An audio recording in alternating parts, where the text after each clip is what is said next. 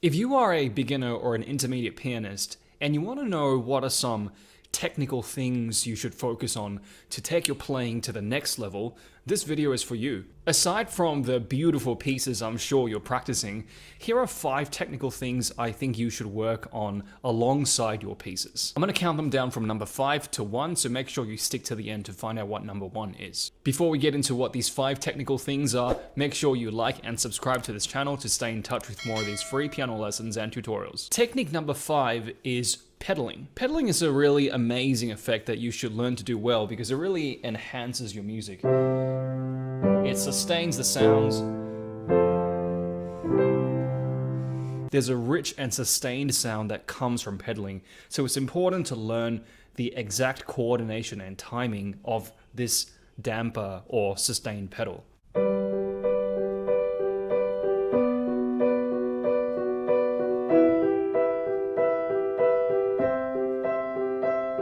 Start again.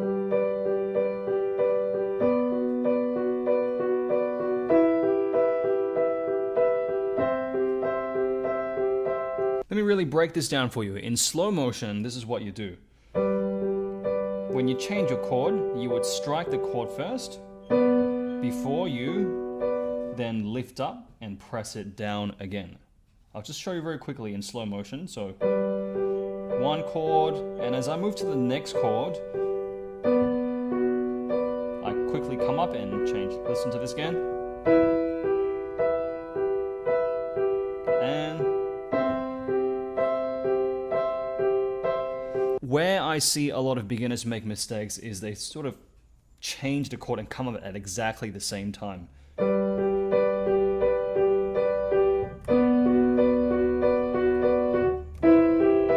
And you sort of get this massive cut in the music. You don't want that. You want to always have a sustained sound at all times. So, ready? So strike first, and then change very quickly after. Strike first,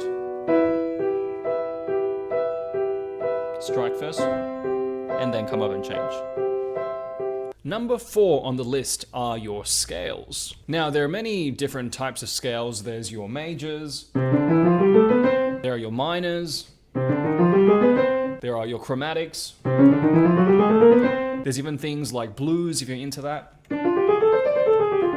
I advise all beginners to pay extra attention to scales because practicing scales not only improves in your technique, but it also helps you to understand sharps and flats really, really well. For example, if you practice E major a lot, next time when you are tasked to play an E major piece, the fact that there are 4 sharps, F sharp, C sharp, G sharp, and D sharp, that doesn't scare you because you've practiced the scale a lot and you're quite used to playing music with those 4 particular sharps in there. So work on those scales. Third technique I think you should focus on are octaves. There are lots of things you can use octaves to work on, and I want to actually tie this back to the point number 4, scales. You can use octave to play scales. For example, or let's say even chromatic scales.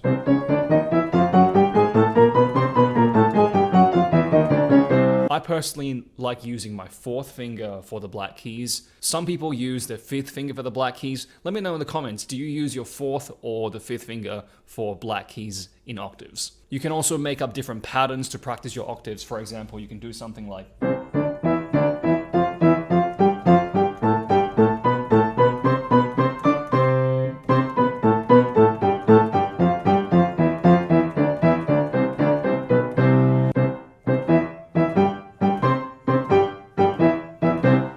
getting used to that length and shape of that octave, and also playing with as little tension as possible. A really great thing to work on, octaves. Moving on to number 2, the second technical thing you should work on in piano are chords. Without getting into too much detail, there are a few types of chords on piano.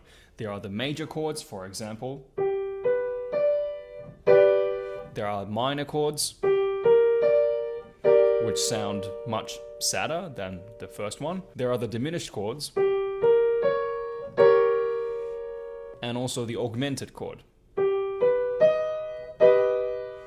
My challenge to you regarding chords is to learn how to play, for example, all the majors, all the minors, all the diminished, all the augmenteds in all keys. For example, a really simple exercise that I can give you right now is to play with both hands the majors. So let's say we start on the C, and I want you to travel up and play D flat major and just keep traveling up.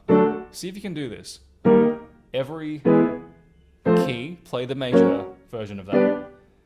And just to show you really quickly, how I'm doing it is you're playing C major, which I think most people know how to play, C, E, G, and then just travel up one semitone for all notes. And travel up one again. And just try to get used to all the shapes. Travel down as well.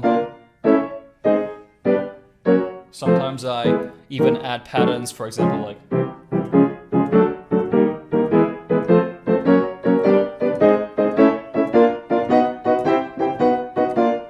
so on and so forth. We can also do it for the minors, for example. This one sounds like Star Wars to me.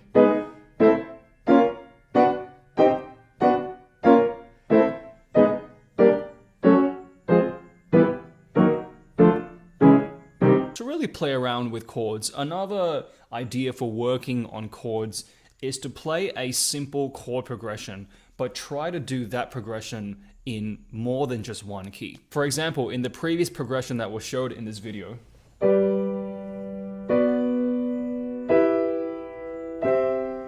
so the original was in G major. Let's say I want to do it in A major now.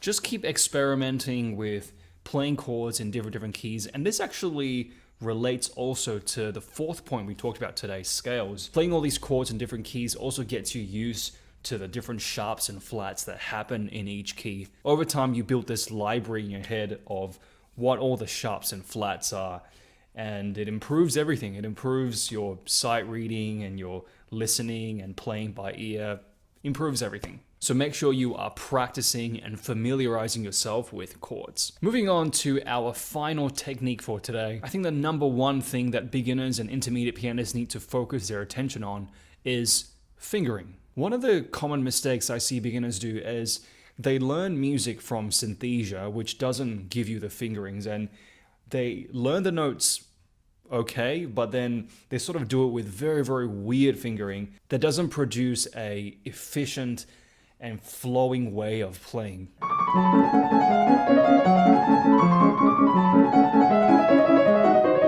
Without going into too much detail today, I recommend all beginners to actually take the fingerings they see on their sheet music quite seriously. Sometimes if I feel the fingerings on the page doesn't really agree with me, what I'll do is I'll go and search up 2 or 3 other editions on the internet, and I'll just compare the different sheet musics and just have a look at what other editors' fingerings are. I'll try them all and then I'll just pick the one that I feel is most comfortable. But I do recommend you take piano fingerings more seriously, because my mistake in the past was I would learn pieces, don't give too much attention to fingering.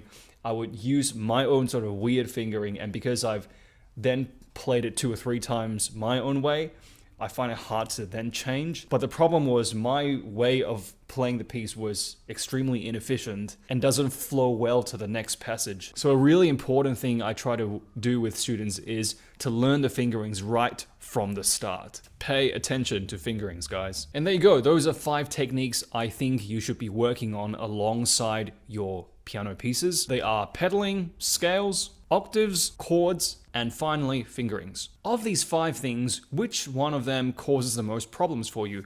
Let me know in the comments below. Let me know also if you have any other piano questions. Enjoy your practice. I'll catch you in the next one.